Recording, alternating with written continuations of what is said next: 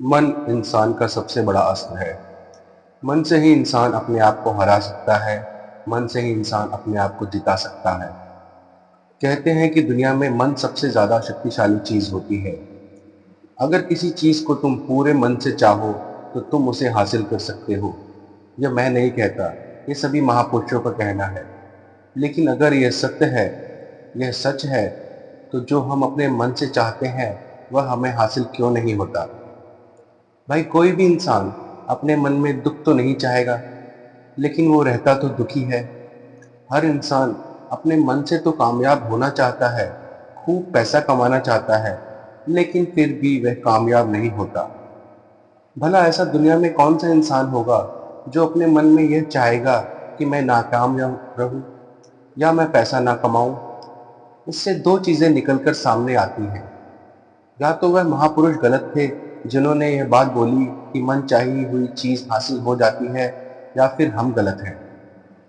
आज की कहानी जो मैं आपको सुनाने वाला हूँ, उसमें आपको एक ऐसा मंत्र मिलेगा।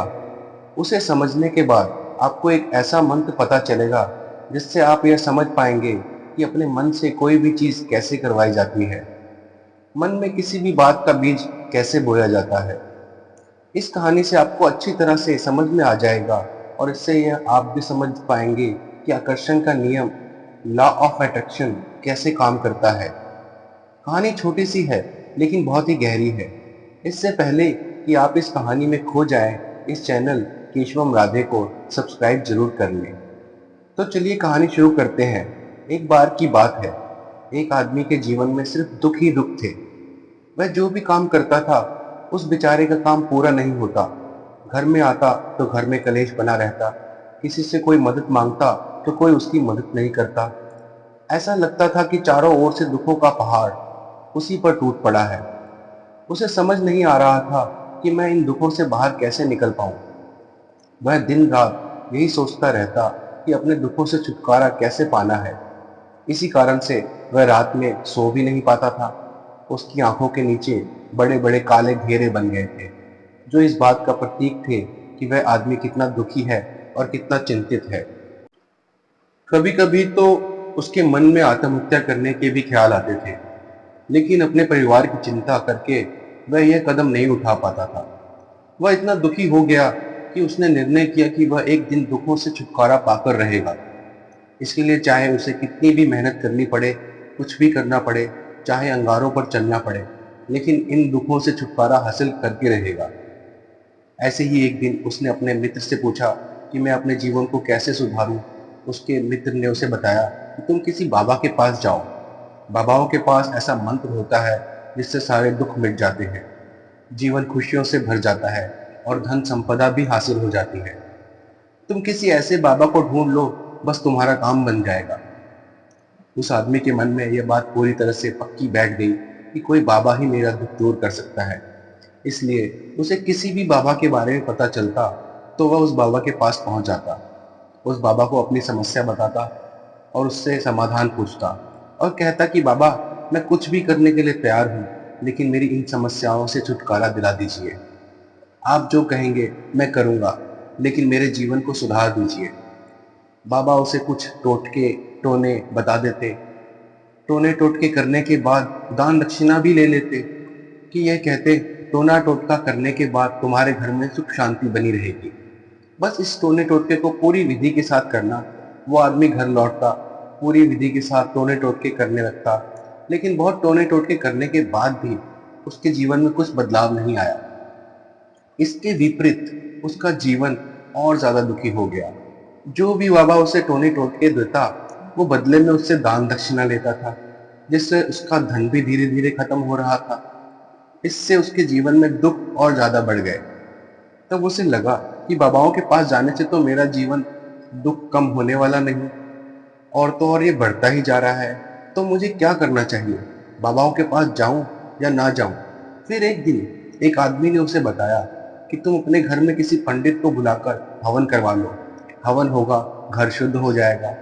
कोई भी बुरी ऊर्जा होगी घर में तो वह घर से बाहर चली जाएगी। किसी पंडित को बुलाकर पूरे विधि विधान से मंत्रोच्चारण करवाओ और हवन करे, जिससे घर में सुख शांति आए। उस आदमी के मन में ये बात बैठ गई और उसने एक पंडित को अपने घर पर बुलाकर हवन करवा दिया। हवन अच्छी तरह से संपन्न हुआ। बदले में पंडित ने भी अच्छी खासी दान दक्षिणा ली।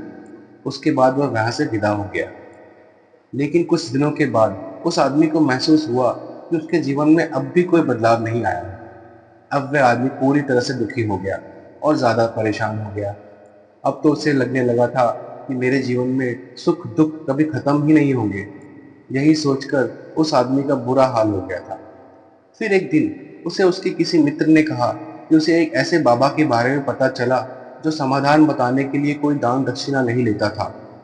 उस आदमी को लगा कि ये बाबा दूसरे बाबाओं की तरह नहीं हो सकता, क्योंकि ये दान दक्षिणा तो लेता ही नहीं है। और अगर दान दक्षिणा नहीं लेता तो ये सच में कोई सिद्ध बाबा होगा। और यही सोचकर वह उस बाबा के पास पहुंच जाता है। जब वह आदमी वहां पहुंचता है तो वह बाबा ध्यान में बैठे हुए थे। यह देखकर वह आदमी वहीं पर चुपचाप बैठकर ज्ञान से बाहर आने का उनका इंतजार करने लगा। थोड़ी देर बाद बाबा ने आंखें खोली तो सामने एक दुखी और परेशान युवक को बैठे देखा। वो उसकी आंखों के नीचे काले घेरे देखते ही समझ गए कि ये आदमी अपने जीवन से कितना परेशान है। उसे संबोधित करते हुए बाबा ने पूछा कि बच्चा क्या चाहते हो, बाबा के पास क्या लेने आए हो। उस आदमी ने कहा कि बाबा मैं अपने जीवन से बहुत परेशान हूँ। मैंने इन दुखों को दूर करने के लिए बहुत सारे रास्ते अपनाए, हर वह तरकीब करके देखी जो किसी बाबाओं ने मुझे बताई। वह काम किया जो किसी भी इंसान ने मुझसे करने को कहा, लेकिन मेरे जीवन में दुखों में कोई कमी नहीं आई। बाबा इसके विपरीत मेरे जीवन में दुखों में बढ़ोतरी हो गई। मुझे समझ नहीं आ रहा कि मैं क्या करूं। कभी कभी तो मैं आत्महत्या करने की सोचता हूँ, लेकिन अपने परिवार की सोचकर मैं ये कदम भी नहीं उठा पाता। मैंने आपके बारे में बहुत सुना है बाबा, मैं और बहुत उम्मीद के साथ आपके पास आया हूँ। कृपा करके मुझे कोई ऐसा मार्ग बताएं जिससे मुझे अपने दुखों से छुटकारा मिल जाए।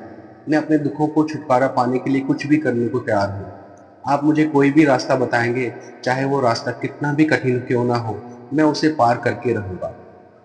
बाबा ने महसूस किया कि ये आदमी तो सच में बहुत परेशान है। बाबा ने उसकी बात सुनकर कहा कि बच्चा, तुम दुखों को दूर करने के लिए मंत्र ऐसे नहीं मिलते। मंत्र पाने के लिए कुछ करना पड़ता है। तुम कुछ कर सकते हो। यह सुनकर पहले तो उस आदमी ने सोचा कि यह बाबा भी मुझसे दान दक्षिणा ना मांगे, लेकिन और कोई रास्ता ना पाकर उस आदमी ने कहा, बाबा आपको जितनी भी दान दक्षिणा चाहिए मैं देने के लिए तैयार हूँ, लेकिन आपका मंत्र सच्चा होना चाहिए, वो पूरा होना चाहिए, उसका फल मुझे मिलना चाहिए। उसके बाद मैं आपको जो भी दान दक्षिणा लेना चाहते हैं वो दे दूंगा। बाबा ने कहा कि दान दक्षिणा तो बहुत छोटी सी चीज है, मुझे नहीं चाहिए। इस पर वह आदमी सोच विचार करके बोला, तो बाबा मैं अंगारों पर चलने के लिए तैयार हूँ, आप मुझे आज्ञा दीजिए। बाबा ने कहा कि अंगारों पर चलने वाली छोटी चीज मैं तुमसे नहीं करवाने वाला। जो मैं तुमसे करवाने वाला हूँ वह बहुत कठिन मंत्र है, उसे पूरा कर पाओगे? बाबा ने कहा कि बाबा आप मुझे बताइए तो सही, मुझे करना क्या होगा? मैं कुछ भी करने को तैयार हूँ।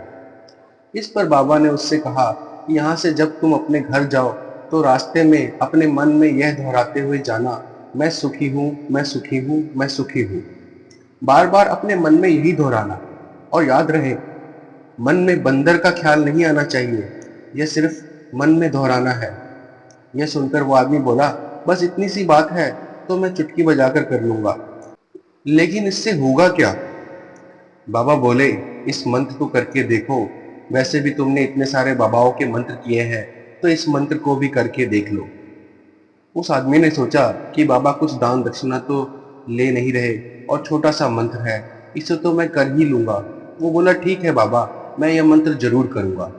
वो आदमी यह कहकर वहां से उठकर चलने लगा। लेकिन जैसे ही वह चलने लगा, पीछे से बाबा ने बोला कि बच्चा एक बात याद रखना, जब तुम यह मंत्र अपने मन में दोहरा रहे तो मन में बंदर के विचार नहीं आने चाहिए, बंदर का ख्याल भी नहीं आना चाहिए, तभी ये मंत्र सिद्ध होगा। वो आदमी बोला, मुझे तो आज तक बंदर का कोई विचार ही नहीं आया, तो अब क्यों आएगा? आप चिंता मत करिए बाबा, मैं बस मन में ही ये दोहराऊंगा कि मैं सुखी हूँ, मैं सुखी हूँ। इसके अलावा बंदर का कोई विचार मेरे मन में नहीं आया। ये कहकर वह आदमी वहां से चल दिया। वह अपने मन में मैं सुखी हूँ, मैं सुखी हूँ ये दोहराता हुआ थोड़ी दूर ही चला था कि उसके मन में अचानक बंदर का ख्याल आ गया। बंदर का ख्याल एक बार आया और चला भी गया, लेकिन उस आदमी ने सोचा, आज तक तो मुझे बंदर का कोई विचार नहीं आया, यह आज बंदर का विचार क्यों आ गया। और ऐसा करके उसने उस बंदर के विचारों को पकड़ लिया। वह ये भूल गया कि मुझे क्या मंत्र दोहराना है। वह बंदर के बारे में सोचने लगा। जब थोड़ी देर बाद उसे फिर से होश आया तो वह फिर से अपने वही मंत्र दोहराने लगा जो बाबा ने उसे बताया था, मैं सुखी हूँ, मैं सुखी हूँ। लेकिन अचानक से उसके सामने एक बंदर दिखाई दिया और यह देखकर उसके मन में फिर से बंदर का विचार उठ गया। वह अपने अंदर से विचार को बाहर फेंकना चाहता था। वह चाहता था कि मेरे अंदर किसी तरह इस बंदर का विचार ना आए, लेकिन उसे तो शाम तक बंदर ही बंदर दिखाई दे गया। ऐसे ही करते करते वह घर पहुंचा और घर पर पहुंचने के बाद अपनी पत्नी से कहा कि हे बंदरिया, मुझे खाने में बंदर परोस दो। और जब उसे एहसास हुआ कि उसने क्या बोल दिया तो वह अपने बाल नोचने लगा। वो दीवारों में सब लगा के कि आज तक मुझे तो बंदर का कोई विचार नहीं आया और आज मुझे ये क्या हो गया है कि मुझे हर जगह बंदर बंदर नजर आ रहे हैं। यह कैसी माया है। यही सोचकर वह आदमी रात भर सो नहीं पाया। रात भर करवटें बदलता रहा और सुबह उठकर सीधे उसी बाबा के पास पहुंच गया।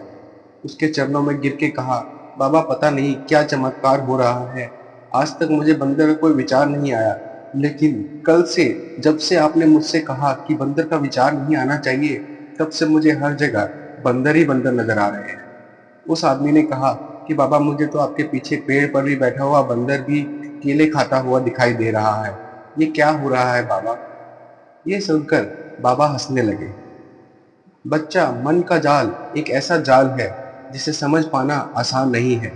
बंदर तो तुम्हारे रास्ते में पहले भी आते थे। जब तुम मेरे पास आए थे तो इन्हीं पेड़ों पर ये बंदर घूम रहे थे, लेकिन तब तुम्हारे ध्यान में ये बंदर नहीं था। जब तुम्हारे ध्यान में सिर्फ अपने दुख थे। इसके बाद बाबा ने उसे बताया कि बच्चा, हम जिस चीज से भी दूर भागना चाहते हैं वही चीज हमारे मन में बहुत गहरे से प्रविष्ट हो जाती है। वह हमारे अंतर मन में समा जाती है। असल में हम जिस चीज से भी छुटकारा पाना चाहते हैं उससे छुटकारा इसलिए पाना चाहते हैं कि वह हमारे साथ बहुत गहराई से जुड़ी हुई है, और हम जितना ही उससे छुटकारा पाना चाहते हैं वह उतनी ही गहरी हमारे मन में बैठती चली जाती है और आखिरकार वह हमारे अंतर मन में छा जाती है। ऊपर से तो हम चाहते हैं कि सुखी होना है, कि मैं सुखी हूँ, मैं सुखी हूँ, हमारे होठ भी यही बोलते रहते हैं, लेकिन हमारे मन में दुख हर समय होते हैं। हमारे विचारों में, हमारे मन में हमें दुख ही दुख दिखाई देते हैं। इसलिए अपनी जुबान से बार बार यह बोलने से कि मैं सुखी हूँ, मैं सुखी हूँ, हम सुखी नहीं होंगे जब तक यह मंत्र हमारे अंतर मन में प्रविष्ट नहीं होगा। इस पर उस आदमी ने पूछा कि बाबा, लेकिन ये मंत्र हमारे अंतर मन में प्रविष्ट कैसे होगा। ये सुनकर बाबा ने कहा कि बच्चा, अपने दुखों से लड़ना बंद कर दो। जब तक तुम अपने दुखों को दूर करने के लिए सोचते रहोगे तब तक ये दुख तुमसे चिपके रहेंगे। तब तक वे दुख तुम्हारे अंतर मन पर अपना राज जमाए बैठे रहेंगे, और जिस दिन तुम इन दुखों के बारे में सोचना छोड़ दोगे उसी क्षण से तुम्हारे दुख गायब होना शुरू हो जाएंगे। हम जितना ही उस चीज के बारे में सोचते हैं वह उतना ही हमारे मन में प्रविष्ट होती चली जाती है। तो दुखों से छुटकारा पाने के बारे में सोचना छोड़ दो, दुखों से छुटकारा मिल जाएगा। अक्सर हम लोग अपनी उन चीज़ों पे ज़्यादा अहमियत देते हैं जिन्हें हम छोड़ना चाहते हैं, जबकि हमें अहमियत उन चीज़ों को देनी चाहिए जो हम पाना चाहते हैं। अगर हम हमेशा अपने मन में अपने लक्ष्य को लेकर सोचते रहें तो हम जरूर अपने लक्ष्य को पाने के लिए कुछ ना कुछ करेंगे, और अगर हम अपने लक्ष्य को पाने के लिए मेहनत करते हैं तो वो हमें जरूर मिल जाता है। इसीलिए हमारे मन में उन्हीं चीज़ों को याद रखना चाहिए जो चीज़ें हमें चाहिए, ना कि वो चीज़ें जो हमें नहीं चाहिए। अगर इस तरह से आपने अपने मन पर काबू पा लिया, कंट्रोल कर लिया, तो समझिए आपके लिए कोई भी लक्ष्य दूर नहीं है। सफलता आपसे कभी भी दूर नहीं होगी। उसे झक मार कर ही आपके पास आने पड़ेगा, और आपके जीवन में कोई भी दिक्कत परेशानी कभी नहीं आएगी। और अगर वो आती भी है तो आप जानते हैं उसे दूर कैसे करना है। इसी के साथ हमारी ये छोटी सी कहानी समाप्त होती है। अगर अच्छा लगा हो तो लाइक कीजिए और चैनल को सब्सक्राइब कीजिए। धन्यवाद। नमस्ते।